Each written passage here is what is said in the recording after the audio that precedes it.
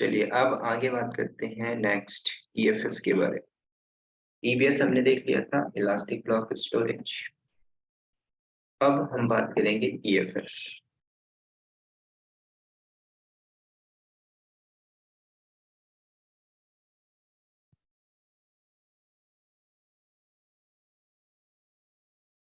तो ईएफएस को स्टार्ट करने से पहले ईबीएस ईबीएस में थोड़ा सा एक बार ओवरव्यू करेंगे कि अभी तक आपने क्या किया था। EC2 लॉन्च किया, ठीक है। तो मान के चलो आपका एक EC2 इंस्टेंस ये चल रहा है।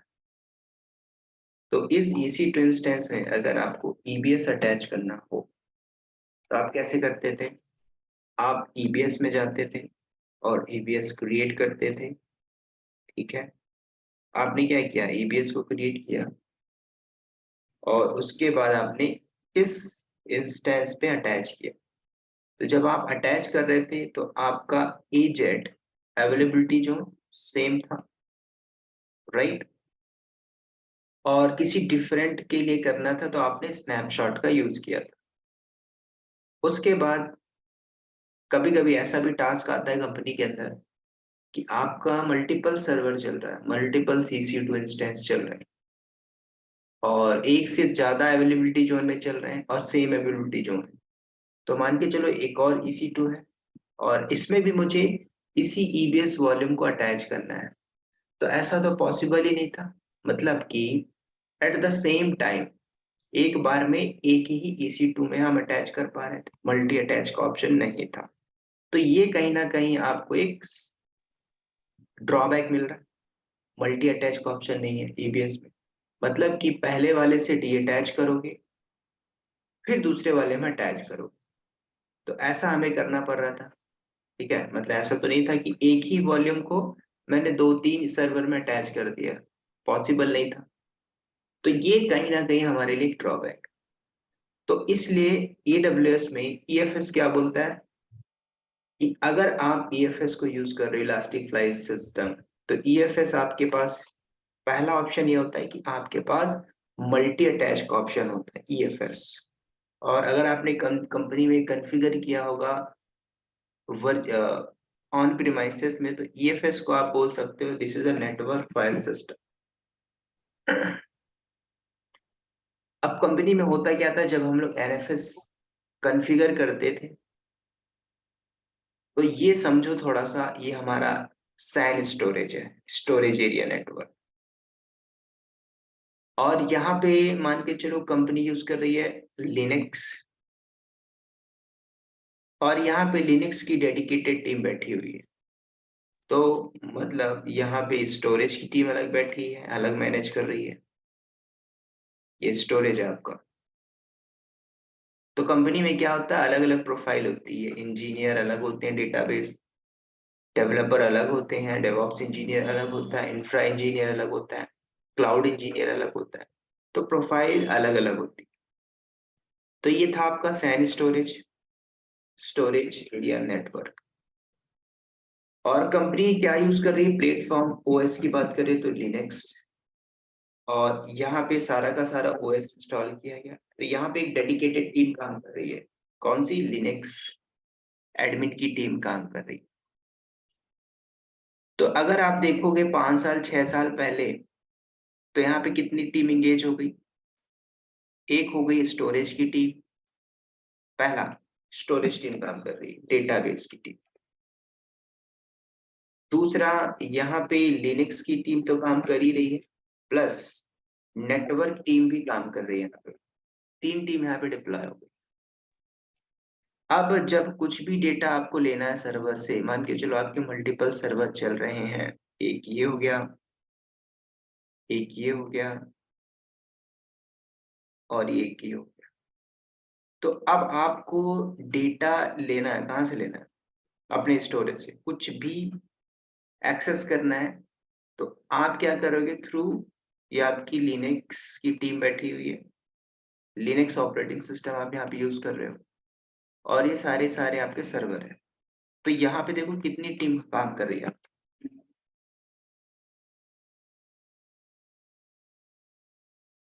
पहली टीम हमारी हो गई स्टोरेज की टीम, ठीक है। इस टीम को कंपनी हायर करेगी, पैसा देगी, ये काम करेगी।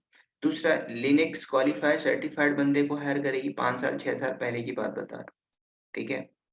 उसके बाद नेटवर्क की टीम है, कोई इशू आता है ट्रबल शूटिंग में, डेटा कॉपी नहीं हो रहा, नेटवर्क इशू है, कनेक्टिविटी नहीं हो रही है, ये सारा काम नेटवर्क की टीम देखेगी, ठीक है। और ये सारे आपके सर्वर हैं।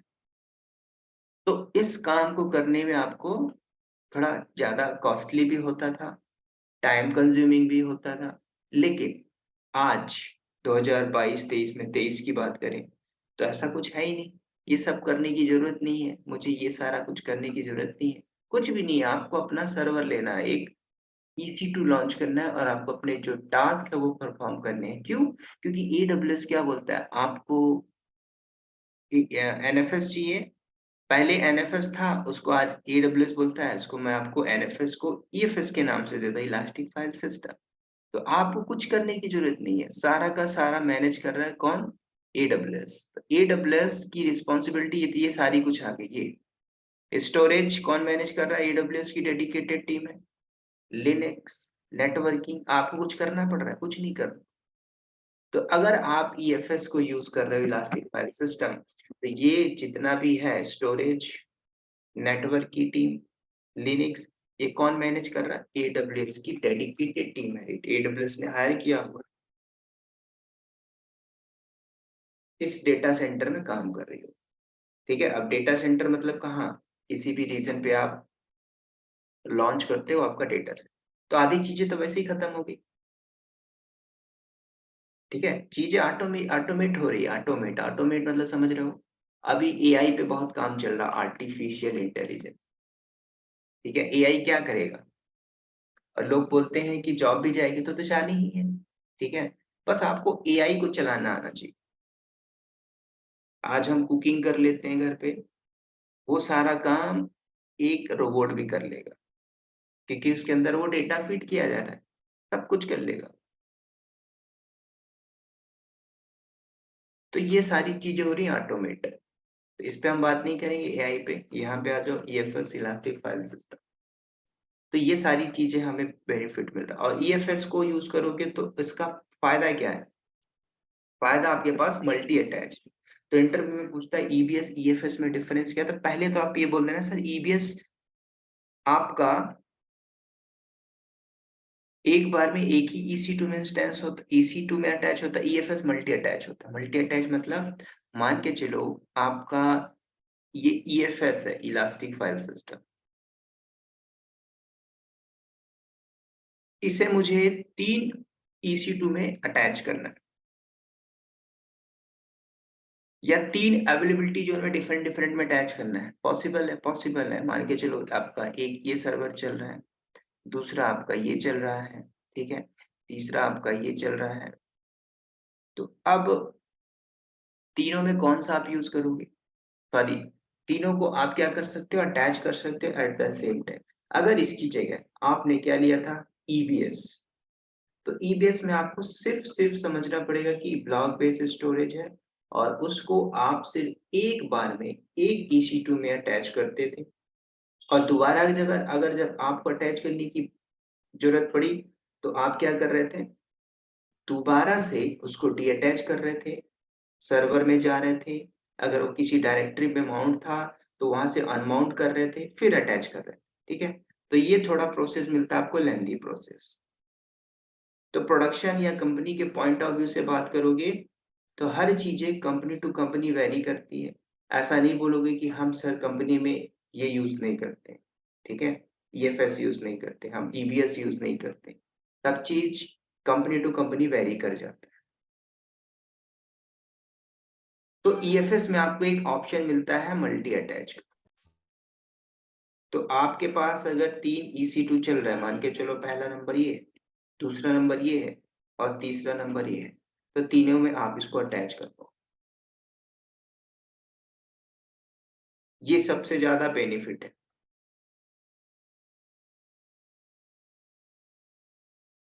तो कंपनी के अंदर आप काम कर रहे हो, EBS, block based storage, EFS, और इसके बाद जो S3 में हम बात करेंगे, तो S3 भी बहुत इंपॉर्टेंट है, क्योंकि स्टोरेज की एक डेडिकेटेड टीम होती है। उनका काम क्या होता है? सब कुछ मैनेज करना। क्या मैनेज करना? डेटाबेस को मैनेज करना। तो इसका लैब हम कैसे करेंगे ईएफएस का? सिंपल सा, आपको लैब करने के लिए आपको कुछ नहीं करना है, ईएफएस में जाना है, एक ईएफएस लॉन्च करना है और आपको ईसी2 लॉन्च करना है, ठीक है? आप चाहो 2 ईसी2 लॉन्च कर लो, मल्टी अटैच यही होता है, या फिर एक ही कर लो और अटैच कर लो।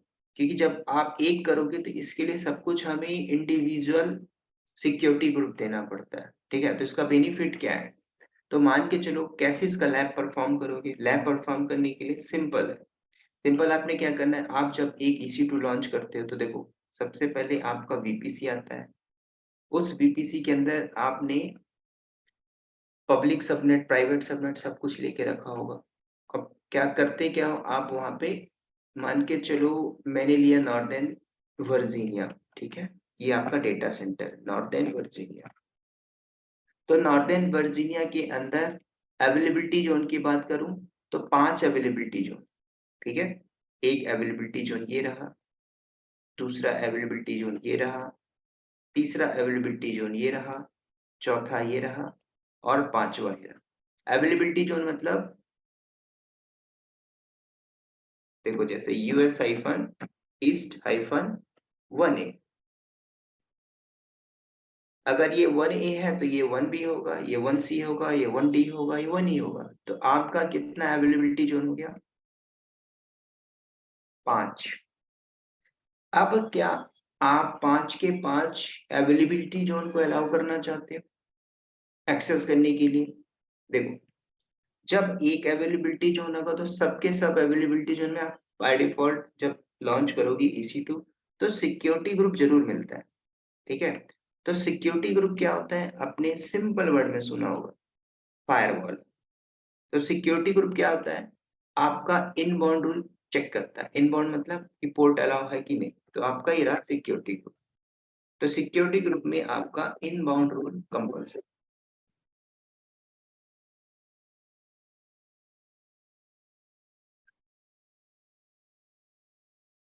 और ये रहा आपका ईएफएस, इलास्टिक फाइल सिस्टम। मुझे इसे अटैच करना है। तो अब जब अटैच करोगे ईएफएस को तो सिक्योरिटी ग्रुप से होके ही ट्रैफिक जाएगी, ठीक है? अगर आप चाहते हो कि मेरा ईएफएस सारे अवेलेबिलिटी जोन के लिए एप्लीकेबल हो, सारा मतलब अगर इन सारे अवेलेबिलिटी जोन में एक एक ही सर्वर है, एक एक EC2 इंस्टेंस है, तो अटैच कर पाएंगे। आप नहीं चाहते हो, मैं चाहता हूं कि जो अवेलेबिलिटी जोन 1C है सिर्फ और सिर्फ 1C वाला ही अटैच कर पाए, तो आप सिक्योरिटी ग्रुप अलाउ कर दोगे। सिक्योरिटी ग्रुप आप दे दोगे पर्टिकुलर सिक्योरिटी ग्रुप, जैसे कि जब आप कस्टम सिक्योरिटी ग्रुप बनाते हो तो आप नाम भी दे दोगे ईएफएस माइनस सिक्योरिटी ग्रुप। तो जब आप ईएफएस सिक्योरिटी ग्रुप क्रिएट करोगे तो आप एक ही जोन के लिए अलाउ कर रहे हो, ठीक है? अगर आपने सभी में सिक्योरिटी ग्रुप लगा दिया, कौन सा? यही वाला ईएफएस सिक्योरिटी ग्रुप, इसमें तो पोर्ट अलाउ है, तो ये सारे के सारे भी एक्सेस कर पाएंगे, मतलब अटैच कर पाएंगे। तो आपसे जब लॉन्च करोगे ना तो आपसे पूछता है सिंगल अवेलेबिलिटी जोन या मल्टी अवेलेबिलिटी जोन। सिंगल मतलब एक के लिए, मल्टी मतलब सारे के लिए। तो कंपनी के अंदर जब आप काम करोगे तो आप अपनी मर्जी से थोड़ी करोगे कुछ, कि अपनी मर्जी से आप एक EC2 डिप्लॉय कर दिए, अपनी मर्जी से कभी भी डिलीट कर दिए, ऐसा होता है कि नहीं? आपका जो रिस्पॉन्सिबिलिटी होगी, आपका बॉस जो बोलेगा आप वही काम करो, ठीक है? तो ये सारी चीजें डिपेंड करती हैं कंपनी टू कंपनी और प्रोडक्शन एनवायरनमेंट के अंदर,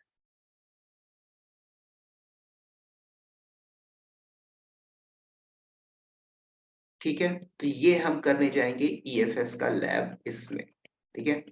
अब लैब कैसे करेंगे, मैं लॉगिन कर लेता हूँ अपने अकाउंट को, किसी भी रीजन पे चलिए और इसको हम लैब करते हैं।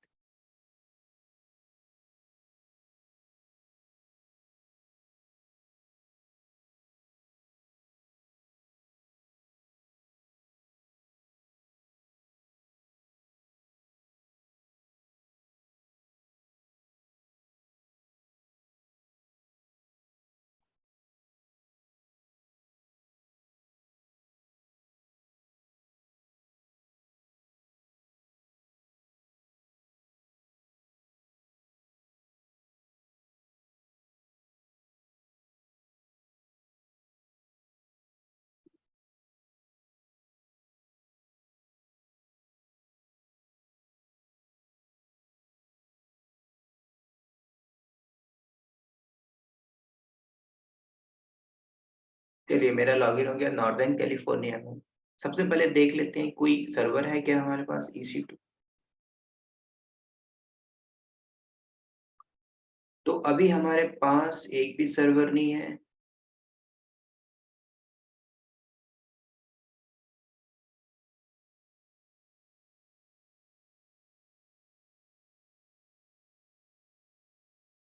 चलिए कोई भी हमारे पास सर्वर नहीं है।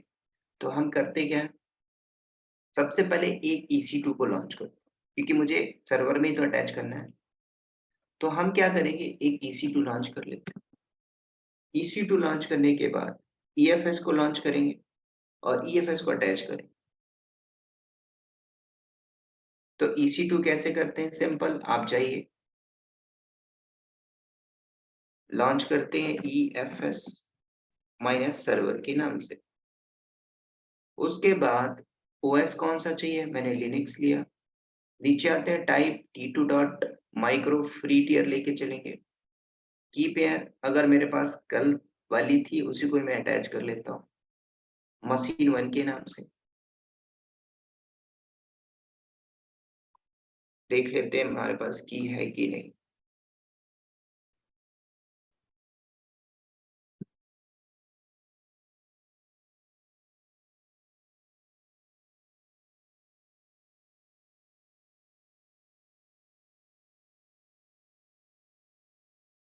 ठीक है, मशीन 1 के नाम से मेरे पास पड़ी है, तो यहाँ से मैं उसे ही सेलेक्ट कर लेता हूँ, मशीन 1।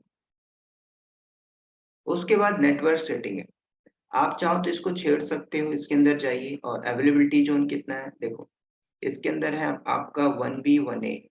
तो आप किसी को सेलेक्ट करोगे तो उस अवेलेबिलिटी जोन में लॉन्च होगा। नहीं करोगे तो बाय डिफॉल्ट एक ले लेगा, तो हम बाय डिफॉल्ट लेके चले।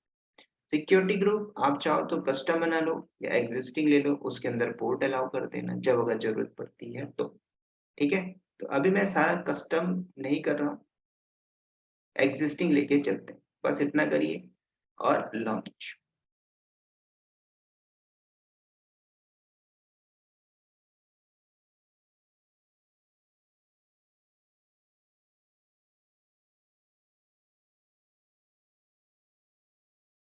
तो ये हम हमारा लॉन्च हो गया EFS सर्वर। ठीक है,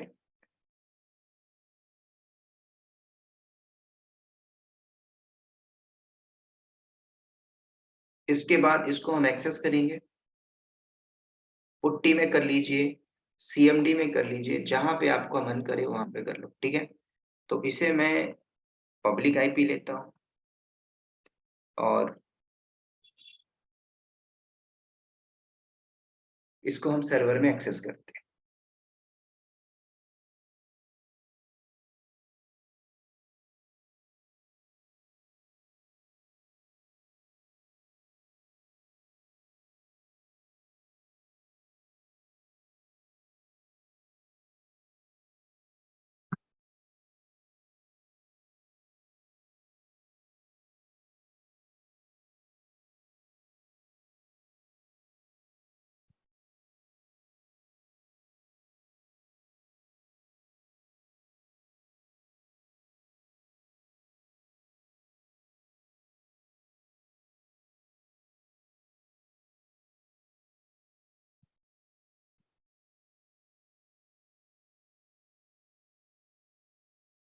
ठीक है, तो इसको मैंने एक्सेस कर लिया और ये सारी चीजें हमने देखी हुई थी।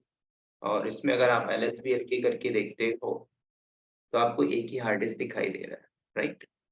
लेकिन हमारा टास्क क्या है कि हमें इस सर्वर में EFS को लॉन्च करना है, अटैच करना है। तो EFS हमें क्रिएट करना होगा, इलास्टिक फाइल सिस्टम, राइट। और इसको हमें अटैच करना होगा। तो मैंने एक EC2 को लॉन्च किया। चलते हैं कहाँ पे, EFS में, और लॉन्च करेंगे EFS को। और ये अवेलेबिलिटी की जोन क्या है, US-West-1। ये मुझे अवेलेबिलिटी जोन मिला। अब EFS के लिए एक मैं डुप्लीकेट ओपन करता हूँ। EFS आपको कहाँ पे मिलेगा, स्क्रॉल डाउन करिए, वॉल्यूम सेक्शन में आइए। ठीक है, अगर आपको यहाँ से नहीं मिलता है तो डायरेक्ट आप कंसोल में सर्च कर लीजिए EFS। ठीक है, तो आपका आ जाता है यहाँ पे इलास्टिक फाइल सिस्टम।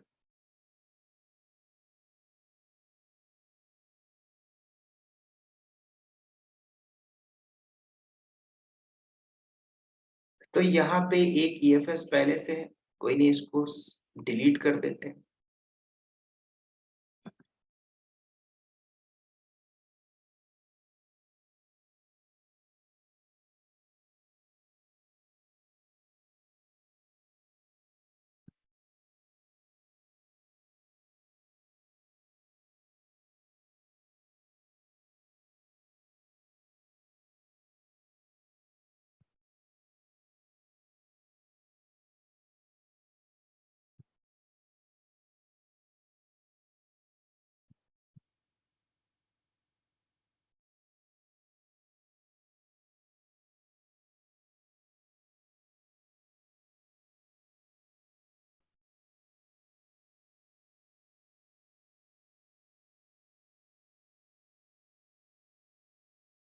कभी भी जब आप इंफ्रास्ट्रक्चर बनाते हो उसके बाद डिलीट करना भी आना चाहिए, ठीक है, क्योंकि उसका बिल चार्जेस अप्लाई होने लगता है।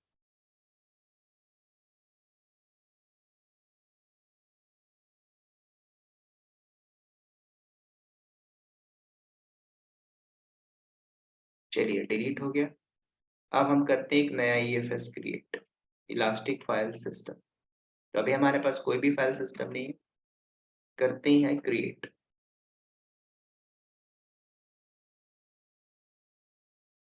तो यहाँ पे आइए, क्रिएट करिए फाइल सिस्टम, ठीक है।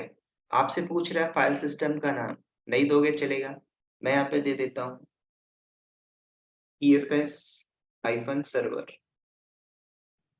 Hyphen storage. उसके बाद पूछ रहा है कौन से VPC के लिए, क्या आपके पास मल्टीपल्स VPC है? ध्यान से सुनना है, कस्टम अगर आप बनाते हो, मतलब कंपनी के अंदर बैठे हो तो आप डिफॉल्ट लेके नहीं चलो, कस्टम बनाओ, तो उस टाइम पे आपने ये सेलेक्ट करना है। अभी हम क्या कर रहे हैं, डिफॉल्ट लेके चल रहे हैं, पहले से पड़ा हुआ VPC हर अवेलेबिलिटी जोन में एक एक है, तो आप इसको लेके चलिए। उसके बाद आपसे पूछ रहा है, नीचे देखो स्टैंडर्ड पूछ रहा है, मतलब मल्टीपल एजेड के लिए। दूसरा आपसे पूछ रहा है वन जोन मतलब समझ रहे हो, ध्यान से सुनना। अगर मैंने एक EC2 लॉन्च किया है, तो EC2 जो लॉन्च किया तो वो कहाँ पे है, किसमें है, अवेलेबिलिटी जोन में। उसका अवेलेबिलिटी जोन क्या है, अगर आप यहाँ पे देखोगे तो मेरा EC2 का अवेलेबिलिटी जोन ये है, तो इसको मैंने कॉपी किया। पेंट में आते हैं और ये रहा मेरा अवेलेबिलिटी जोन EC2 का। इसको यहाँ से हटा देते हैं, आप कंफ्यूज हो गए। तो अभी मेरा अवेलेबिलिटी जोन क्या है, ये EC2। तो आपसे ये पूछ रहा है क्या आप EFS को अटैच करने के लिए या अलाउ करने के लिए, क्या आप इस अवेलेबिलिटी जोन को अलाउ करना चाहते हो, ओनली दिस, तो वही पूछ रहा है आपसे। या फिर आप चाहते हो कि मल्टी, मतलब अगर ये भी है, दो है, एक से ज्यादा है, तो उसको बोलते हैं multi availability zone, multi availability, multi agent. तो वही आपसे पूछ रहा है कि आप क्या करना चाहते हो, सिंगल के लिए या एक जोन को अलाउ करना चाहते हो या मल्टी को करना चाहते हो। अगर आपने वन दिया तो वन को अटैच कर पाओगे, स्टैंडर्ड दिए तो मल्टी हो जाएगा, ठीक है। तो हम लेके चलते हैं स्टैंडर्ड, क्रिएट करिए, और ये आपका EFS क्रिएट हो गया। जैसे आपने EBS क्रिएट किया ना, वैसे ही है। अब इसको अटैच करना है, तो इसके अंदर पहले सारा कुछ देख लो, इतना आसान नहीं होता इसको अटैच करना। ये EBS वॉल्यूम नहीं है कि आपने अटैच किया, फॉर्मेट किया, हो गया काम, ठीक है। तो ये हमारा स्टैंडर्ड में है, और इसके अंदर चलते हैं एक बार EFS स्टोरेज के अंदर। यहाँ पे अगर आप देखते हो, जनरल पर्पस हमने यूज किया, अटैच से पूछ रहे, देखो अभी डिलीट करना हो डिलीट कर लो, एडिट करना हो कर लो। आपका ये साइज है, मॉनिटरिंग है, टैग, इसमें हम बात करेंगे हार्ड डिस्क स्केलिंग के अंदर। ये आपका DNS नेम है। अटैच कैसे करना है, तो देखो इसको जब आप अटैच करोगे, इसके पहले आप नेटवर्क में आ जाओ। ये बहुत इंपॉर्टेंट है, देखो ये आपका, हमने स्टैंडर्ड लेके चला है ना, तो स्टैंडर्ड में अवेलेबिलिटी जोन जितना है उतना आ गया, किसमें, नॉर्दर्न कैलिफोर्निया के अंदर। नॉर्दर्न कैलिफोर्निया में दो ही अवेलेबिलिटी जोन है, तो दोनों शो कर रहा है। अगर आपको कोई और होता, वहां पे मान के चलो 3 अवेलेबिलिटी जोन होते, तो यहाँ पे तीनों दिखाई देता, राइट। बस इतना ध्यान रखना। तो एक बार जब ये हमारा क्रिएटिंग स्टेज कंप्लीट होता है तो इसको हम अटैच करेंगे, ठीक है। तो अटैच कैसे करेंगे, कुछ भी नहीं करना है, सारे स्टेप यहाँ पे दिए हुआ, आपको सिर्फ उस लिंक को कॉपी करना है। ईएफएस का मल्टीपल्स ऑप्शन होता है, अटैच करने के लिए आपने सर्वर में जाना, इंस्टॉल कर, ठीक है। तो एक बार क्रिएटिंग मोड में, चलिए कोई नहीं, अब हम यहाँ पे अटैच करते हैं। तो जब आप अटैच कर रहे हो तो आपसे पूछ रहा है क्या, आप कैसे अटैच करना चाहते हो, वाया डीएनएस या वाया आईपी एड्रेस। तो आपने कहा कि मुझे वाया डीएनएस अटैच करना है। तो डीएनएस करना है तो आपसे सारा सिंटैक्स दे रहा है नीचे, कुछ भी मत करो, एक डायरेक्टरी बना लो ईएफएस नाम की, किसी भी नाम की। जब दूसरे नाम की बनाओगे पाथ आपको देना है, ईएफएस नाम की डायरेक्टरी बनाओ, ये सारा सिंटैक्स कॉपी करो, वहां पे पेस्ट कर दो। दूसरा ऑप्शन करता है यूजिंग एनएफएस, ठीक है। तो एनएफएस और ईएफएस में थोड़ा डिफरेंस कुछ भी नहीं है। ईएफएस आज बोलते हैं एडब्ल्यूएस में, एनएफएस पहले बोलते थे 6 7 7 7 में, ठीक है। तो अगर आप चाहो एनएफएस का यूज करके तो इसको भी लेके कॉपी कर लो, ठीक है। तो चल के हम करेंगे, ये वाले लिंक को कॉपी करते हैं और सर्वर में जाके माउंट करेंगे। तो मेरा EC2 यहाँ पे है, ठीक है। तो अगर आप मान के चलो, आप क्या करते हो, ऐसे पेस्ट करते हो इसको, तो ऐसे ही अमाउंट होगा नहीं। सबसे पहले आपको एक डायरेक्टरी बनानी होगी, ठीक है। अगर आप करोगे तो ऐसे ही एरर आएगा। तो सबसे पहले हम एक डायरेक्टरी बनाएंगे mkdir, और मैंने रूट के अंदर EFS नाम की एक डायरेक्टरी बना ली। अब जो मैंने कमांड चलाया उसी को चलाते हैं, क्या क्या अब ये माउंट हो पाए, करके देखो जरा। अभी भी नहीं हो पा रहा। तो ध्यान से सुनना, ये सारी डिपेंडेंसीज होती है। तो सबसे पहला काम क्या है, सबसे पहला काम ये है कि आपको जाना है कहाँ पे, गूगल में जाइए। ईएफएस को इंस्टॉल करने से पहले इसका एक पैकेज आता है, यम ईएफएस यूटिल्स के नाम से, ठीक है। तो वो पैकेज मुझे डालना होगा, AWS EFS utils install, search करिए। तो आपसे पूछ रहा है ईएफएस के लिए, देखो manual installing the Amazon EFS client, इसके अंदर चलते हैं। वेबसाइट ये सारी ऑफिशियल है, और यहाँ पे देखोगे तो एक पैकेज मिलेगा यूटिल्स का। तो और हमने कौन सा लिया है, Amazon EC2 लिनक्स। तो आपसे पूछ रहा है, देखो रन करो ये फॉलोइंग कमांड्स। तो इसको आप कॉपी कर लो, ठीक है। आप नॉर्मल यूजर हो तो सूडो लगाना, रूट हो तो सूडो की जरूरत नहीं पड़ती। आप इतना कॉपी कर लो और सर्वर में आ जाओ, पेस्ट। बस इतना करना है, इस पैकेज को चाहिए तब जाके आप अटैच कर दो, बस। तो ईएफएस को मैंने कर लिया। उसके बाद अब कुछ नहीं करना है, वही जो सारी कमांड्स थी उसको आपने दोबारा चलाना है, ये वाली, ठीक है। enter करो। अगर अब अटैच नहीं होता तो एक चीज याद रखना, यहाँ पे जो एरर आएगा वो क्या एरर आएगा बताता हूँ। मैंने बोला क्या, कि आपकी जितनी भी ट्रैफिक जा रही है वो सिक्योरिटी ग्रुप से होके जाएगी, ठीक है। तो अब ये सिक्योरिटी ग्रुप में देख रहा है भाई क्या आपने अलाउ किया है, ठीक है, वो रीड करेगा। तो सिक्योरिटी ग्रुप इज मस्ट। तो आपका EC2 का सिक्योरिटी ग्रुप अलग होगा, और इलास्टिक फाइल सिस्टम आपने बनाया तो इसमें भी आपसे सिक्योरिटी ग्रुप पूछ रहा है, क्या आपने वहां पे जाके इनबाउंड रूल में आपने पोर्ट अलाउ किया क्या, ठीक है। अगर सारा कुछ सही है तो एक्सेस हो जाएगा, अदरवाइज नहीं होगा। तो क्या बोल रहा है, माउंट अटेम्प्ट फेल्ड। जब फेल्ड हुआ तो इसको भी करेक्ट करते हैं।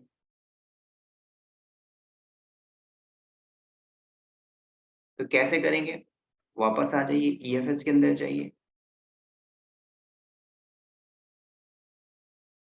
तो ईएफएस के अंदर नेटवर्क वाले पार्ट में आ जाओ, पेज को रिफ्रेश करो, अभी देखो अवेलेबल है।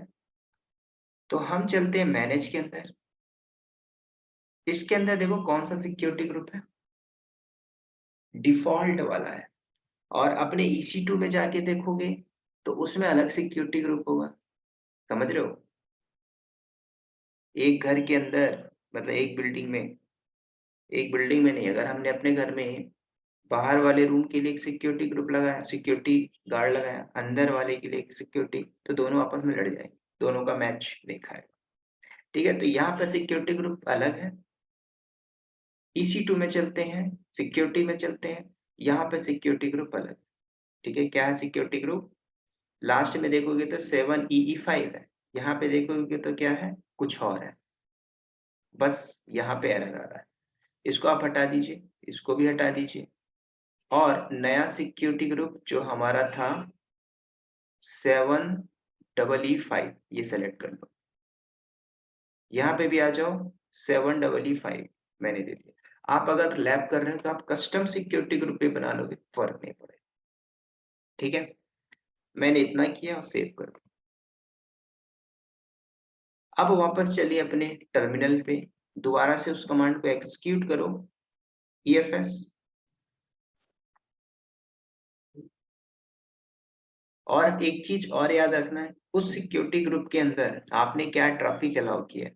ठीक है, इस बार अगर नहीं होगा तो आपको इन बाउंड रूल में जाके ऑल ट्रैफिक अलाउ कर देना, तब जाके अमाउंट हो जाएगा। ठीक, तो अभी भी एरर है, तो चलते हैं EC2 में। सिक्योरिटी ग्रुप हमारा यही है, इसमें जाके इनबाउंड में आप अटैच करो। इनबाउंड अभी SSH है, मैंने SSH के अंदर या एडिट के अंदर ऑल ट्रैफिक करता हूँ इस लैब के लिए, एनीवेयर कर दो, दैट्स इट। अब दोबारा से टर्मिनल में आ जाओ, नाउ रिपीट अगेन।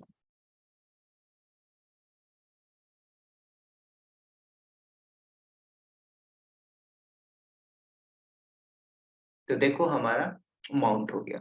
माउंट हुआ कि नहीं हुआ, कौन सी कमांड में चलाऊंगा आप बताइए। BLK ID। BLKID sure. BLKID command क्या होती है?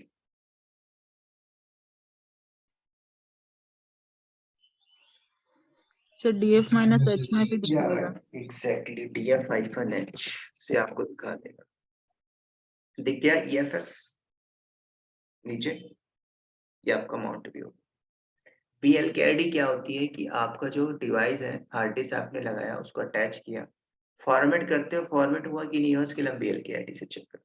ठीक है, किसी भी फाइल सिस्टम में फॉर्मेट करो, XFS में, ext2 में, ext3 में, ext4 में, vfat में, तो आपको दिखा देगा कि आपने फॉर्मेट किया। फॉर्मेट होने के बाद माउंट करिए, अटैच मारो, वो तो EBS था, ये EFS। ठीक है, तो अब आप इसके अंदर अगर कुछ डेटा रखना चाहते हो, CD करके EFS में चले जाओ, आ गया मैं, टच करके बना दीजिए फाइल इसमें, EFS नाम की बना देते हैं, यूज करली ब्रैकेट 1 डॉट डॉट लीजिए 500 बना देता हूँ।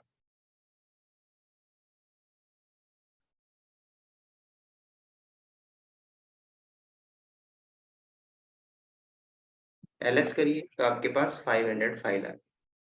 तो ये तरीका है। दूसरा तरीका भी आपके पास है, आप यहाँ से CD करके बाहर आ जाओ, माउंट है EFS नाम की डायरेक्टरी में, तो आपने अनमाउंट करना सीखा है, यू माउंट कमांड चला दीजिए। ठीक है, कहाँ से करना है मुझे, EFS, चेक करिए DF-H, remove EFS। Second option देखो, आपको क्या बोलता है, माउंट करना है, तो आप इसको अटैच करिए, EFS में भी elastic file system attach. Now the, इस बार हम इसको यूज नहीं करेंगे, इस बार हम करते हैं NFS, ये आपके पास स्टेप, इस स्टेप को उठा लीजिए। ठीक है, दोनों ऑप्शन अवेलेबल है आपके पास। बोल रहा है आपने सब कुछ रेडी किया है, कमांड मैं दे रहा हूँ, स्टेप में आपको दे रहा हूँ अटैच करने का, उठाइए और पेस्ट कर दीजिए। पेस्ट करो, फाइल सिस्टम EFS मैंने बनाया था फॉरवर्ड स्लैश के अंदर, डन, एंटर करो, हो गया। चेक करिए DF-H, तो आपके पास EFS आ गया। तो इस बार हमने कैसे किया, वाया NFS माउंट किया। CD करके EFS में आप आ जाओ, LS करिए, डेटा है, तो इसको बोलते हैं हम इलास्टिक फाइल सिस्टम। तो बहुत इजी है एज कंपेयर टू EBS। हाँ, कभी कभी ऐसा भी पूछ लेता है विच वन इज गुड। अगर आप एडवांटेज की बात करेंगे तो EFS में समझ में आ गया आपके पास क्या आ रहा है, मल्टी अटैच। लेकिन एक बात और याद रखना, EFS में भी मिल रहा है, लेकिन EBS में भी आपको एक और मिलता है मल्टी अटैच, वो हम बात करेंगे इसके बाद। मल्टी अटैच क्या होता है कि आप ध्यान से सुनना, इसमें आपका अगर EC2 इंस्टेंस अगर ये 1A में है, अवेलेबिलिटी जोन में है, दूसरा वाला EC2 आपका 1B में है, अटैच हो जाएगा। तीसरा वाला आपका 1C में है, इसमें भी अटैच होगा। चौथा वाला आपका 1D में है, उसमें भी अटैच हो जाएगा। समझ रहे हो? EFS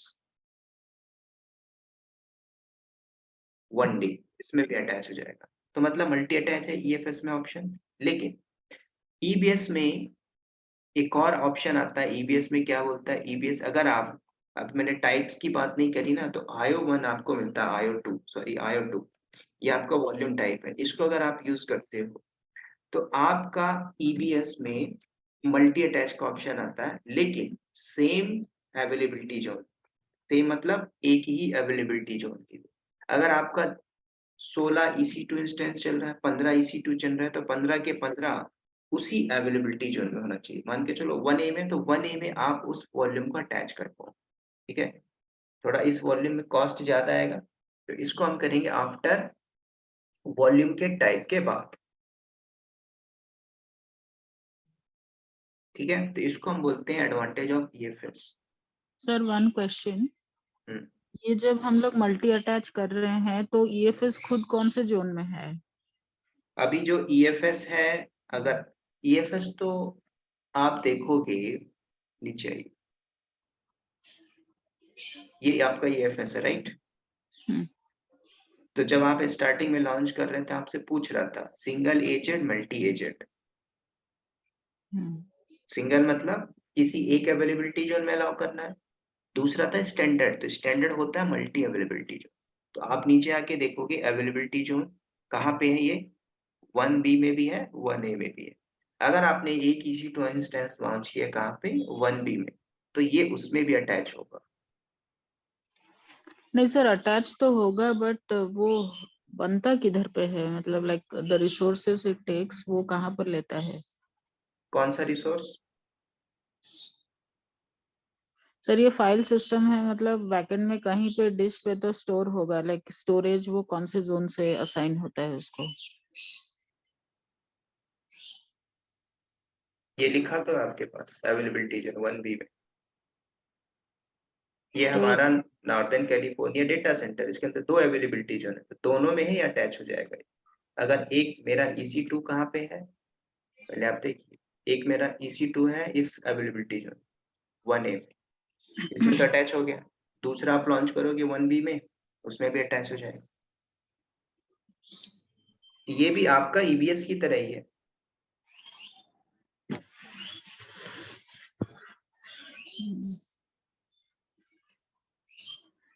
तो दो दो अलग अलग इंस्टेंस तो नहीं बनेगा ना, मतलब जोन ए और जोन बी में? क्यों नहीं बनेगा? नहीं, एनएफएस अगर दोनों में फिर अलग अलग बनेगा तो फिर शेयर करने का कॉन्सेप्ट तो फिर ये होगा ना। Sir what I am specifically asking is, पहले वो खुद बनेगा देन उसको हम लोग दोनों जोन में अटैच करेंगे, या फिर वो दोनों में सेपरेटली बनता है क्या, इंडिपेंडेंटली?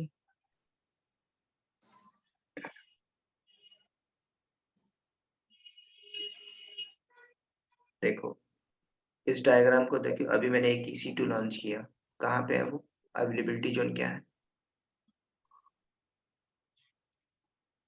ए में है। A में है, अटैच हो रहा है। कौन कौन अटैच हो रहा है? EFS। लेकिन EFS तो आपका मल्टी एजेंट है ना, दोनों अवेलेबिलिटी जोन के लिए। अगर आपने सेलेक्ट किया होता सिंगल जोन, तो सिर्फ और सिर्फ जिस जोन को आप अलाउ करते उसी में ही अटैच होता। ठीक है, आपकी एक फ्लाइट है जो दिल्ली से बेंगलोर जा रही है,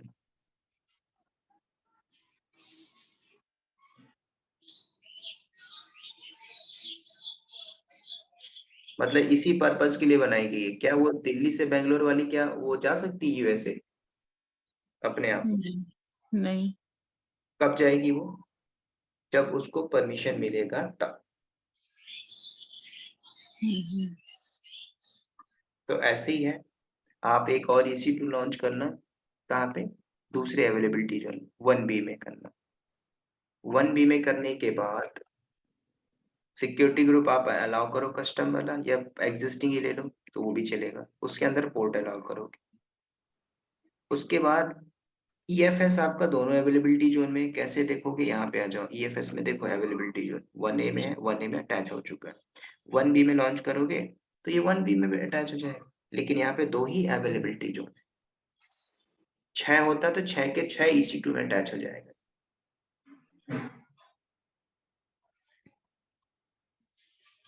तो ये भी आपका एक स्टोरेज ही है, ब्लॉक प्लेस, लेकिन ब्लॉक नहीं है आपका, file based storage, file storage. Okay sir.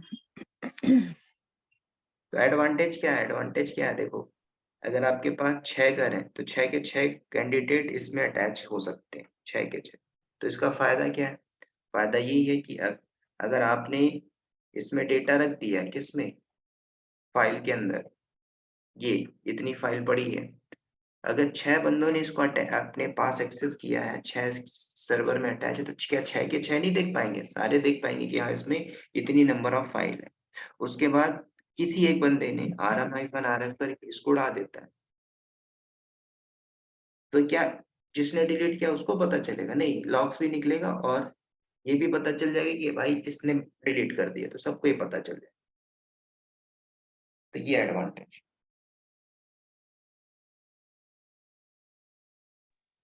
Okay sir. अब हम करेंगे नेक्स्ट मल्टी अटैच, तो उसके पहले हम तो सर ये बेसिकली एक नेस है, नहीं क्या पूछ रहे हैं आप? नेस्ट है ना, ये एक्चुअली नेस्ट टाइप का काम करता है, जैसे कि पैसिव में। NAS, NAS, हाँ यस, एनएस। यस।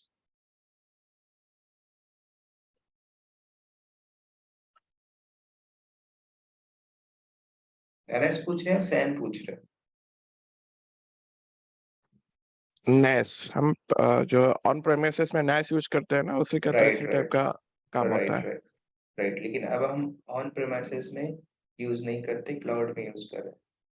ठीक है, जी, जैसे आपने NAS में काम किया कॉन्सेप्ट होगा। दोनों का एक ही है, राइट। बिल्कुल, काम है कि पहले देखो, आज 10 साल पहले जाओ, कुछ भी नहीं है, अगर आप नॉन IT से हो तो आप जल्दी समझ पा रहे हो, क्यों?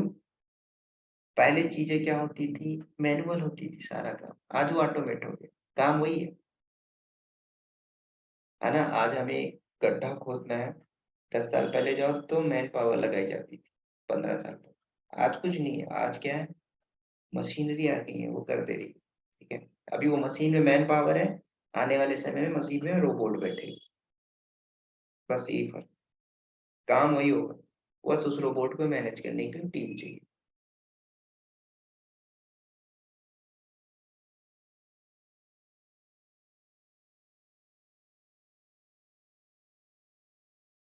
Next, network attach storage.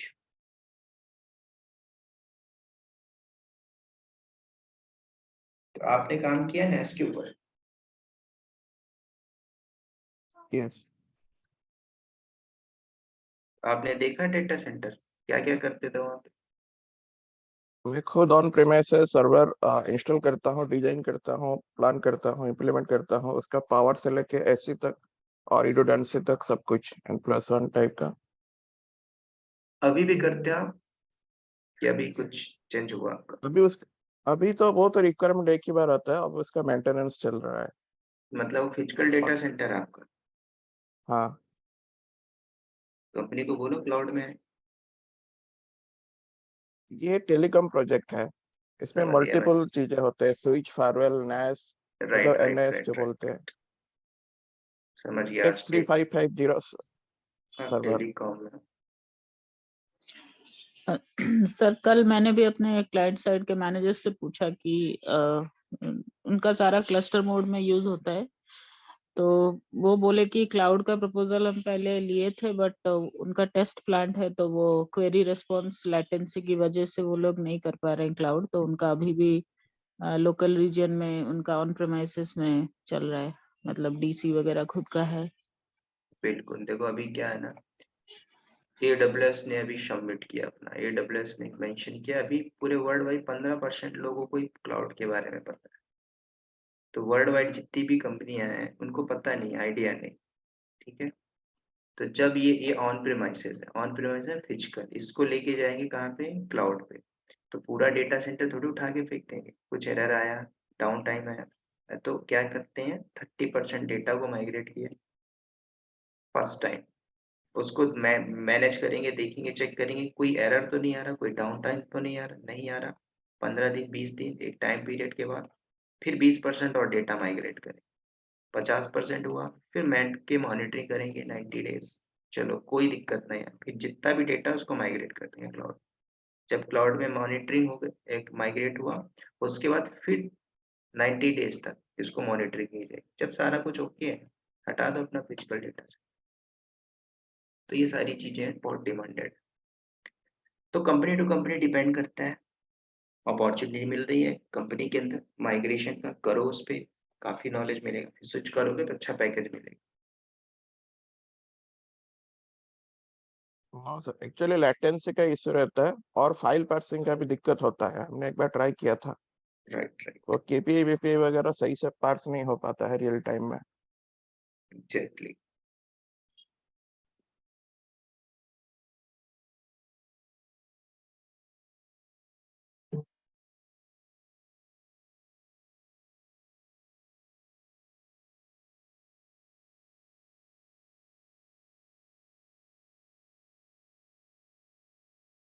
कोई डाउट है यहाँ पे? फिर अब हम बात करते हैं स्टोरेज टाइप की। कल वाला लैब हो गया था ईबीएस का?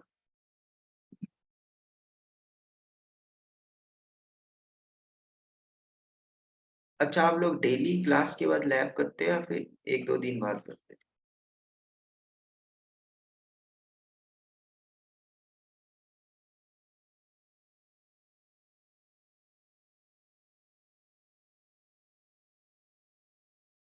आवाज आ रही है मेरी? मेरा कभी कभी छूट जाता है तो वो रह जाता है। कोई नहीं, तो लैब को जरूर करना, कॉन्सेप्ट बस क्लियर होना चाहिए, अगर नहीं करोगे तो भूल जाओगे प्रोसेस क्या था, नेक्स्ट स्टेप।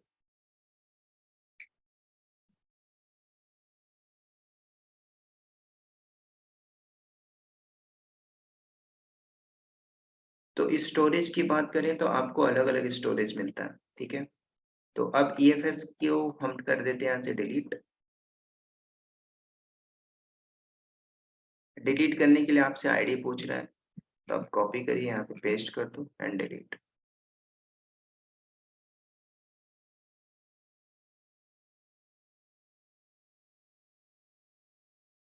चलते हैं वॉल्यूम में, डायरेक्ट स्टोरेज टाइप की हम बात करें, ठीक है। और कई बार पूछता है कि जब आप एक EC2 लॉन्च करते हो बाय डिफॉल्ट 8 GB का वॉल्यूम मिलता है, लेकिन वो किस में मिलता है, जनरल पर्पस GP2, ठीक है। तो क्रिएट करते हैं और यहाँ पे देखो ये सारे वॉल्यूम के टाइप देखोगे तो GP2, GP3, IO1, IO2। तो पहले आप हार्ड डिस्क की बात करें तो हार्ड डिस्क कितने टाइप का होता है,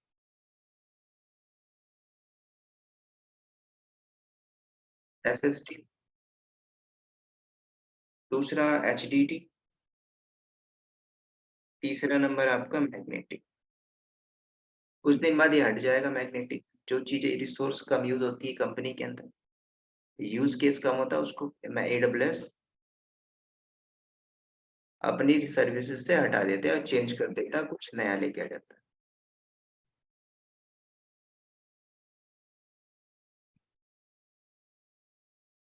तो SSD की बात करेंगे, what is full form, anyone?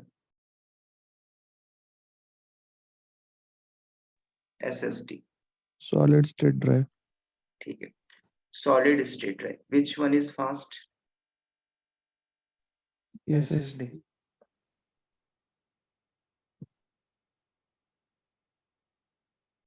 चलिए एक बार थोड़ा मैं प्रैक्टिकल पूछता हूँ, इसमें कितने पिन का कनेक्टर होता है और इसमें कितने पिन का कनेक्टर होता है?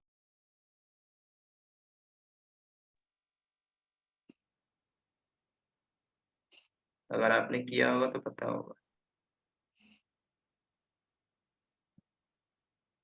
सर ये इसकी कुछ आइडिया ही नहीं है इसकी। जो काम किया है डेटा सेंटर में उसको मालूम होना चाहिए, ठीक है। वैसे इंटरव्यू में नहीं पूछेगा कितना पिन होता है, लैन में कितने केबल होते हैं, डेटा कैसे ट्रांसफर, ये सब नहीं, जरूरत ही नहीं है, क्योंकि कंपनी यूज ही नहीं करती राउटर स्विच क्लाउड में, आपको पता होना चाहिए बस यूज केस क्या है उसका। तो आपको अलग अलग टाइप मिलते हैं, तो हम SST में बात करेंगे। ठीक है, आपको मिलता है GP2 जनरल पर्पस। इसका देखो यूज करोगे तो अलग अलग इसका यूज केस है GP2 के अंदर। एक और आपको मिलता है GP3 जनरल पर्पस। तो GP2 में हम पहले बात कर लेते हैं। पहले मैं एक काम करता हूँ, सारा लिख लेता हूँ, GP2 GP3 IO1 IO2।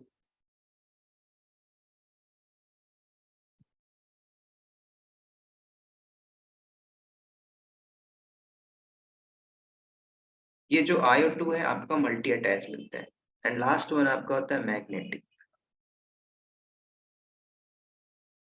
ठीक है, कोल्ड HDD1 ये सारा हम यूज नहीं करते हैं।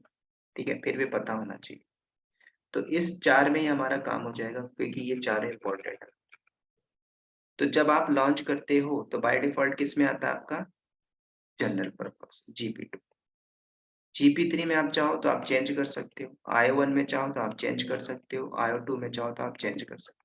ठीक है, आपकी कंपनी का बॉस ने बोला कि आप एक काम करो, हाई लेवल का आप लॉन्च कर दो, क्या वॉल्यूम। लेकिन याद रखना इसके अंदर आपको कई चीजें मिलती है, इनपुट आउटपुट पर सेकेंड, रीड राइट कैपेसिटी।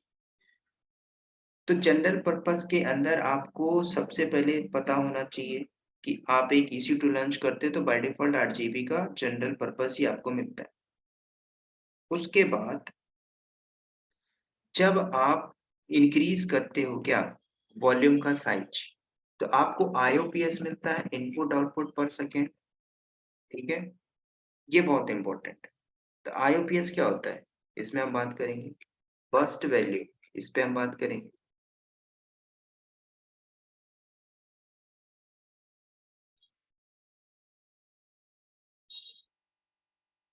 और इसका जो प्राइस होता है GP2 का कैसे इंक्रीज होता है वो डिपेंड करता है।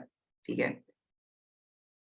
0.10 GB पर मंथ इस पे आपका लगता है। ठीक है, तो कई बार ऐसा भी होता है कि आपसे पूछा जाता है कि आप प्राइसिंग कैसे कैलकुलेट करोगे, तो आप तो मैनुअली नहीं कर पाओगे। ठीक है, तो AWS S3 कैलकुलेटर, इस कैलकुलेटर में आ जाओ। आपको कुछ कैलकुलेट करना है कि प्राइस कितना आ रहा है, तो आप यहाँ से कैलकुलेट कर सकते हो।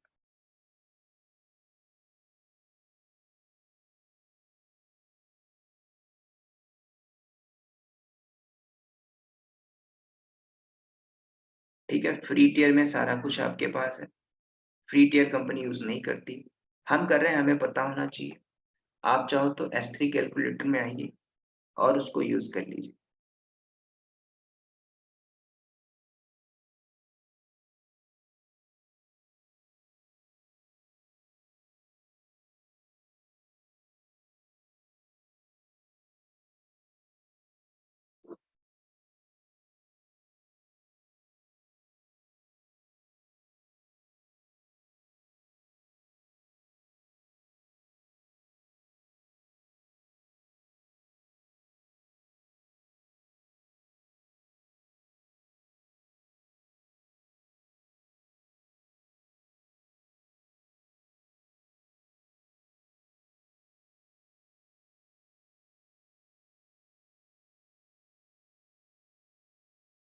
चलो कैलकुलेटर तो हम यूज कर लेंगे, पहले हम बात करते हैं IOPS पे। तो देखो जब आप साइज इंक्रीज करते हो किसका, वॉल्यूम साइज, तो अभी हम चलते हैं वॉल्यूम सेक्शन में। और आपने क्या लिया, देखो जनरल पर्पस का मैंने लिया, तो बाय डिफॉल्ट आपको बोलता है 100 साइज। अगर आप 100 लेते हो तो आपको कितना मिलता है IOPS, और ये आपका नीचे जो है आपका बस टेबल वैल्यू। बस टेबल वैल्यू क्या होता है, ध्यान से सुनना। पहले मैंने साइज को क्या किया, 10 किया वॉल्यूम साइज, IOPS में कोई चेंजेस हुआ नहीं हुआ। अगर मैंने यहाँ पे 2000 लिया तो देखो IOPS कितना जाता है आपका 6000। तो ये कई बार इंटरव्यू में पूछ लेता है, जब आप GP2 लेते हो, GP2 जनरल पर्पस, तो आपने यहाँ पे लिया 34, तो IOPS इंक्रीज हुआ। ध्यान से सुनना, 30 मैंने लिया तो IOPS कितना हुआ 100/3000। उसके बाद मैंने 32 किया, अभी भी कोई चेंजेस नहीं हुआ, मैंने नेक्स्ट किया 33, कोई चेंजेस हुआ नहीं हुआ। अब मैं जैसे 34 करता हूँ तो आपको IUPS में चेंजेस आ जाएगा। तो 2 आ गया। तो आपका ध्यान से सुनना, अब मैं यहाँ पे 35 कर रहा हूँ, 5 हुआ। अब मैं 36 करूंगा, 8 हुआ। अब देखो 3 फिर बढ़ जाएगा, 37 करूंगा, 11 हुआ। अब मैं 38 करूंगा तो ये 15 हो जाएगा IUPS, सॉरी 14 हो जाएगा। उसके बाद फिर 3 ऐड करो, 17 हो जाएगा। 39 करूंगा तो हो क्या रहा है, पर वॉल्यूम पर जीबी आपका 3 IUPS पड़ रहा है पर जीबी। इंटरव्यू में ये पूछ लिया था कि जब आप IUPS वॉल्यूम साइज इंक्रीज करते हो तो पर जीबी कितना होता है, 3 IUPS, इनपुट आउटपुट पर सेकेंड। ठीक है, तो एक्चुअल में अगर आप देखोगे तो 33.33 से काउंट कर रहा है।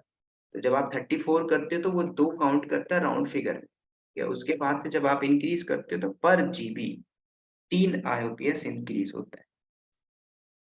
अब होता क्या है कि आपने क्या लिया, नीचे आपको कितना दिख रहा है, IUPS आपका दिख रहा है 100/3000।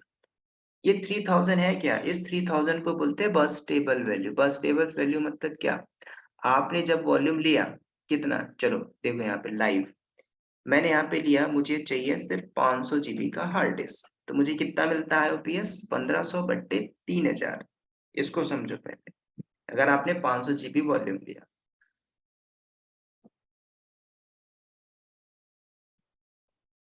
जब 500 GB का आप हार्ड डिस्क ले रहे हो तो आपको कितना मिल रहा है IUPS, 1500। ठीक है, लेकिन दूसरी बार आपने लिया, ठीक है, आपकी जो लिमिट है बस टेबल की वो 3000 तक, 500 में इतना IUPS मिल रहा है, लेकिन इस IUPS में मान के चलो आपने पूरा यूटिलाइज नहीं किया। ठीक है, कितना यूज किया, ओनली 1000 यूटिलाइज किया, 500 आपका बच गया। वो 500 कहाँ जाएगा, आप मार्केट में गए 100 रुपए लेके, 40 रुपए का 50 रुपए का आपने कुछ परचेज किया, 50 रुपए बच गया, उसको आप फेंक दोगे क्या, नहीं, पॉकेट में रख लोगे। कहाँ पे, घर में, 50 आपने ऐड किया। फिर अगले दिन आपने गए, फिर 50 का कुछ आपने लाया, 50 बच गया, फिर आपने ऐड कर दिया। ठीक है, तो ये आपका जो बस टेबल वैल्यू बकेट है इसकी भी एक लिमिट होगी, तो वो आपकी लिमिट बोल रहा है 3000। आप जो भी आप वॉल्यूम लोगे उसमें से जो भी आपका IUPS बचता है उसको आप कुछ नहीं करोगे, ये आपका बाय डिफॉल्ट कलेक्ट होता जाएगा, लेकिन नॉट मोर देन 3000। जब आपको कभी फ्यूचर में 3000 इतना IUPS चाहिए होगा तो आप क्यों परचेस करोगे, आप यहीं से उठा लोगे अपने बस टेबल वैल्यू से। मान के चलो आपने 1000 वॉल्यूम साइज लिया तो आपका पूरा का पूरा IUPS यूटिलाइज हो जाता है। ठीक है, तो कंपनी प्रोडक्शन के अंदर आप बैठते हो तो आपसे बोला जाता है इतने जीबी का ले लो, इतना IUPS ले लो। ठीक है, तो ये बाय डिफॉल्ट आपका पिकअप कर रहा है। ठीक है, तो ये आपका जनरल पर्पज GP2 के अंदर। IUPS क्या होता है, input output read write capacity आपकी कितनी ज्यादा है। ठीक है, आप चाहोगे ना कि कितना जल्दी हम एक्सेस कर पाए डेटा को वेरी फास्ट, तो आपको बोल रहा है इनपुट आउटपुट पर सेकेंड रीड राइट कैपेसिटी। तो जितना हाई IUPS होगा उतना बेनिफिट होता है। तो ये तो जनरल पर्पज कंपनी यूज करती है, टेस्टिंग पर्पज के लिए GP2 भी यूज करती है, IO1 IO2 को भी यूज करती है हाई कॉन्फ़िगरेशन। अगर आप GP3 में आते हो तो GP3 में क्या बोलता है, बाय डिफॉल्ट 1000, मैक्स मिनिमम आप कितना ले सकते हो इतना, मैक्सिमम इतना ले सकते हो। IUPS आप अपने अकॉर्डिंगली ले सकते हो, क्योंकि कंपनी के अंदर बैठे हो, कंपनी के बॉस ने बोला एक काम करो, आप 2000 GB वॉल्यूम ले लो और 5000 IUPS ले लो, तो आप क्या करोगे, GP3 सेलेक्ट करोगे और 2000 GB का वॉल्यूम आ गया, IUPS 5000 बोला तो आपने 5000 ले लिया यहाँ से। ठीक है, तो इसमें आपके पास आ रहा है कि आप इतना लेकिन क्राइटेरिया याद रखना है, मिनिमम इतना, मैक्सिमम इतना। अब आप 17,000 में जाओगे तो आपसे बोल रहा है the general purpose can't exceed, तो उसके लिए आपके पास क्या है, दूसरा ऑप्शन है IO1 IO2। ठीक है, हाई लेवल का चाहिए तो कंपनी प्रोडक्शन इन्वायरमेंट के अंदर जब प्रोजेक्ट आते हैं तो सारा डील कर लिया जाता है। ठीक है, हमें इतना चाहिए, ये प्रोजेक्ट है, वो आपका मैनेजर मैनेज करेगा आपके। तो यहाँ से आप इंक्रीज कर सकते हो, डिक्रीज कर सकते हो। तो जैसे मैंने यहाँ पे दिया 3000 मुझे चाहिए वॉल्यूम, IOPS मुझे भी 3000 ही चाहिए। थ्रूपुट आपने चेंज करना हो कर दो, नहीं करना है छोड़ दो।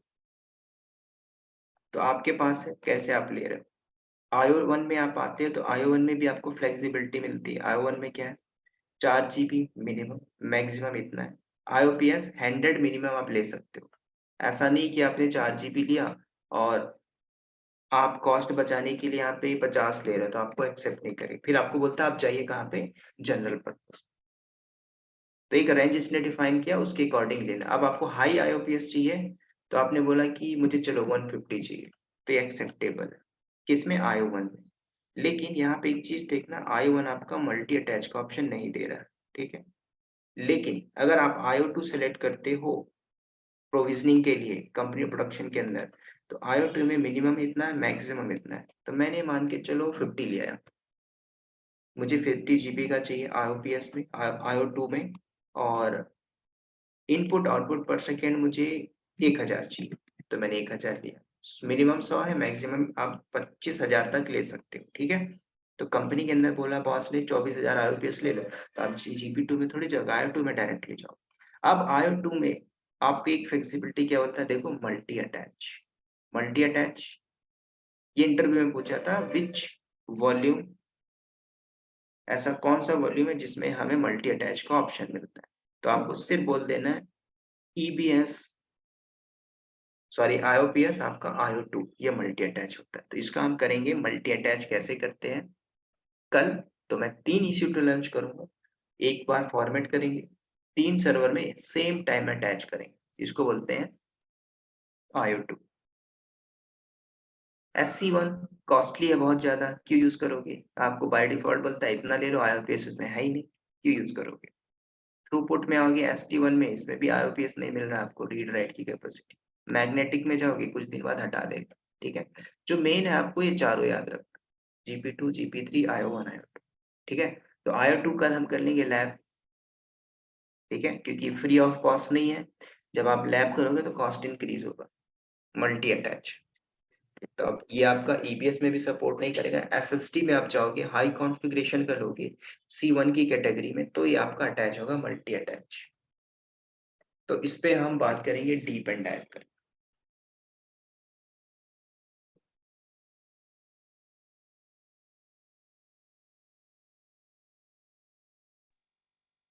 तो सर यहाँ क्वेश्चन पूछिए पूछिए। थ्रूपुट थ्रूपुट मतलब क्या होता है?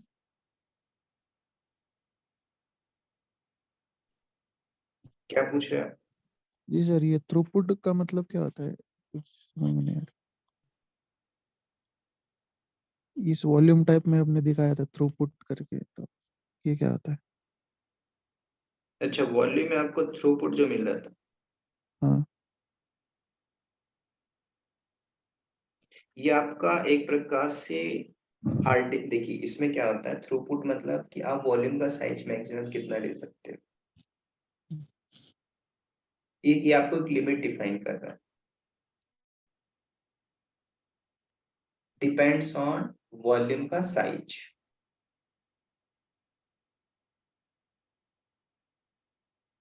आप चाहो तो कैलकुलेट भी कर सकते हो, नंबर ऑफ IOPS लेके इनपुट आउटपुट जितना ऑपरेशन है उसमें आप कर सकते हो। तो कुछ वॉल्यूम में तो आपको मिल ही नहीं रहा है।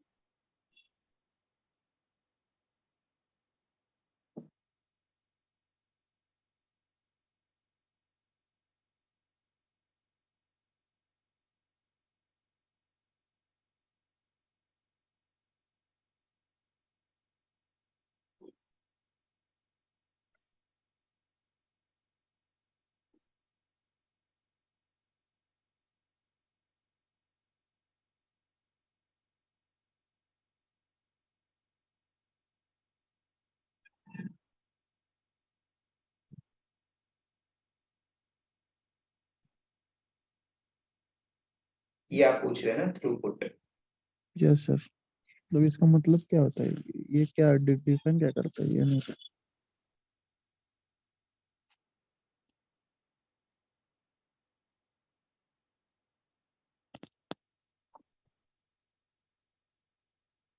IOPS क्लियर हो रहा है? IOPS yes sir.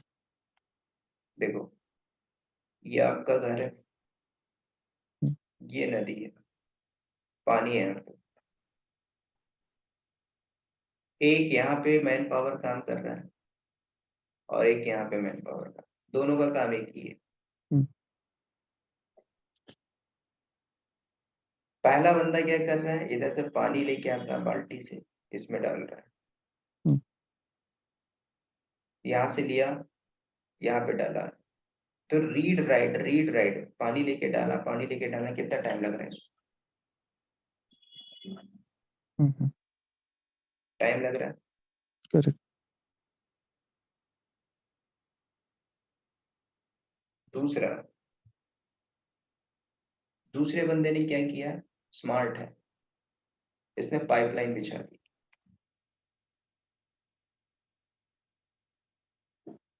अब दोनों में क्या डिफरेंस, रीड राइट की कैपेसिटी कौन सी ज्यादा हो? पाइप वाली। देखो, थ्रूपुट का मतलब ये हुआ सिंपल वर्ड में कि यूनिट की बात करें तो नंबर ऑफ यूनिट्स जो इंफॉर्मेशन है सिस्टम की, कितनी बार वो प्रोसेस कर रहा है, amount of time, read of time. अगर आप यहाँ पे देखोगे तो ये बंदा अगर रीड राइट कर रहा है, और कर रहा है, यहाँ से लिया, यहाँ इसमें डाला, लिया डाला, तो ये फास्ट दे रहा है आपको कि ये आपको फास्ट दे रहा है? ऑब्वियसली पाइप वाला ही फर्स्ट। पाई वाला, इसको बोलते हैं थ्रूपुट। मतलब इस जो प्रोसेस में आपको रीड राइट जो कैपेसिटी मिलती है ना, वो होता है आपका थ्रूपुट।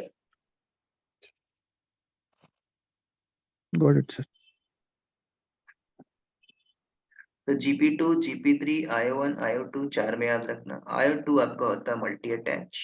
मल्टी अटैच ये करेंगे हम कल, ठीक है। यस।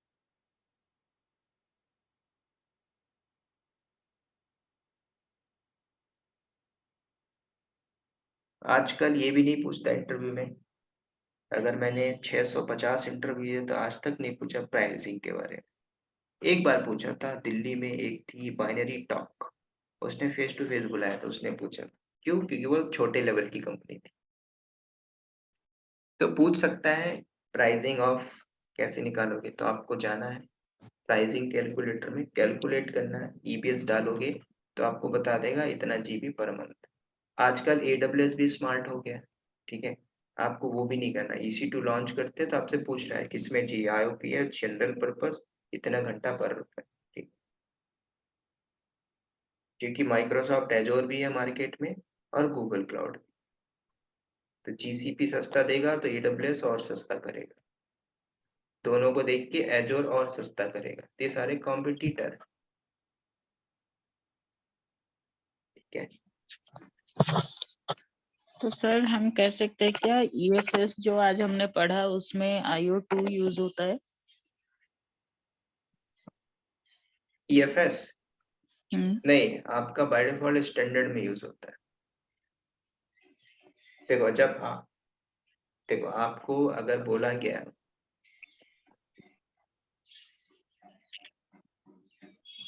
समझो टाइप में समझते, आप गए हो लैपटॉप लेने मार्केट में, तो मार्केट में अलग अलग है, i3 भी है, i5 भी है, i7 भी है, तो तीनों में डिफरेंस होगा कुछ कुछ।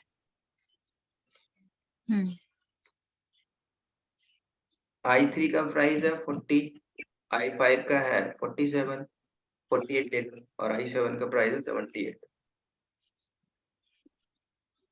आपका बजट है 35 से लेके 40, आप मुझे बताइए कौन सा आप लोगे? पहला वाला लेंगे। क्या पॉसिबल है कि आप ये ले लो? देखो आप बिजनेस पॉइंट ऑफ व्यू से बात कर रहे हैं, बिजनेस।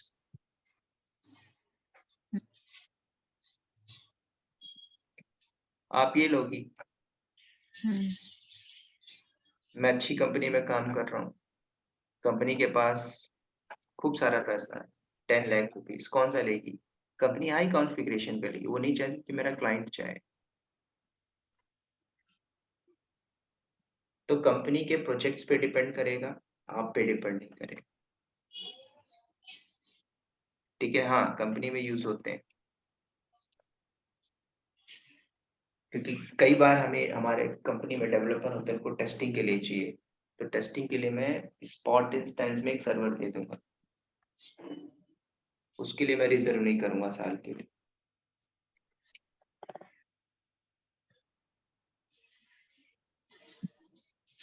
नहीं सर, मैं पूछ रही थी आज जो हमने EFS हम्म। पढ़ा, तो वो क्या है कि it can be shared with multiple instances over different availability zone. हाँ बिल्कुल, तो ये जो टाइप हमने अभी पढ़ा है उसमें IO2 can be attached with multiple instances, तो यस यस, अगर तो आप वही।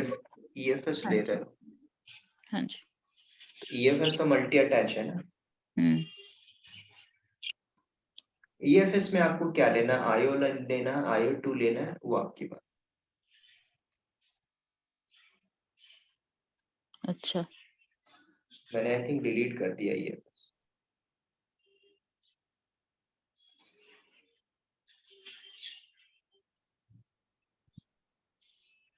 यस सर, आपने डिलीट किया उसको। मैंने आई थिंक दिखाया भी था, स्टैंडर्ड आपका मिला था यहाँ पर, ये देखो EFS में आपके पूछ रहा है कौन सा लेना चाहते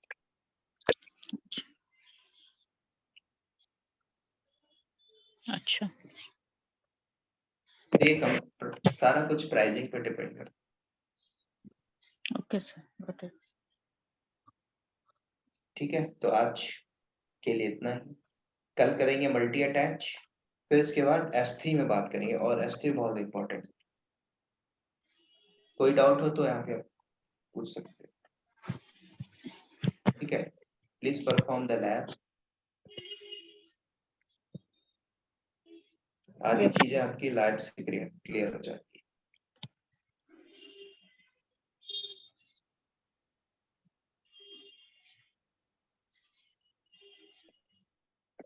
किसका अकाउंट एक्टिवेट नहीं था आप लोग में?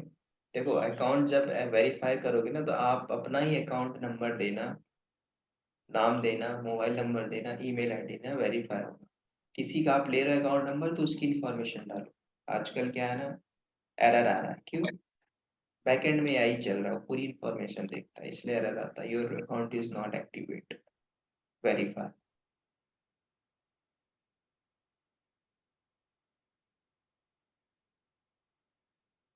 चैट जीपीटी ने अभी क्या किया, 10 दिन पहले जिसने रजिस्टर किया तो उसका फ्री है, अब जो भी डाल रहा है उससे पेड मांग रहा है, पैसा मांग रहा है। तो ऐसा ही है AWS में।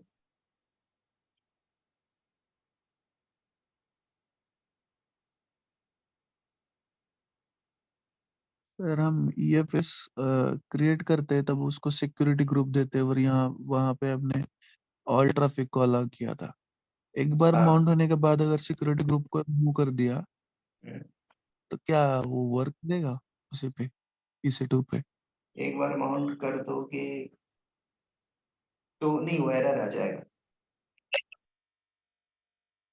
क्या तो पूछ सर रहे हम EC2 ऑल एक, अलाउ नहीं कर सकते ना सिक्योरिटी ग्रुप में? हाँ ऑल नहीं कर सकते। तो फिर सर नहीं नहीं ये कर सकते, इस मतलब हमने तो कभी कभी हमें इंडस्ट्री में बैठ के ऑल भी करना पड़ता है। आपने क्या बोला, जो सिक्योरिटी ग्रुप में मैंने ऑल ट्रैफिक दिया, हाँ कौन से में, EC2 में या EFS में? EC2 में मैंने EFS दिया, में। EFS में नहीं दिया था, हाँ सर EC2 में। क्योंकि हाँ हमारा जो EC2 में, सिक्योरिटी EC2 में। ग्रुप था वही था, तो उसमें सिर्फ SSH का अलाउ था, राइट? हाँ तो पोर्ट में जाओगे तो मल्टीपल पोर्ट होते हैं। EFS आप किस लिए यूज कर रहे हैं? फाइल शेयरिंग के लिए।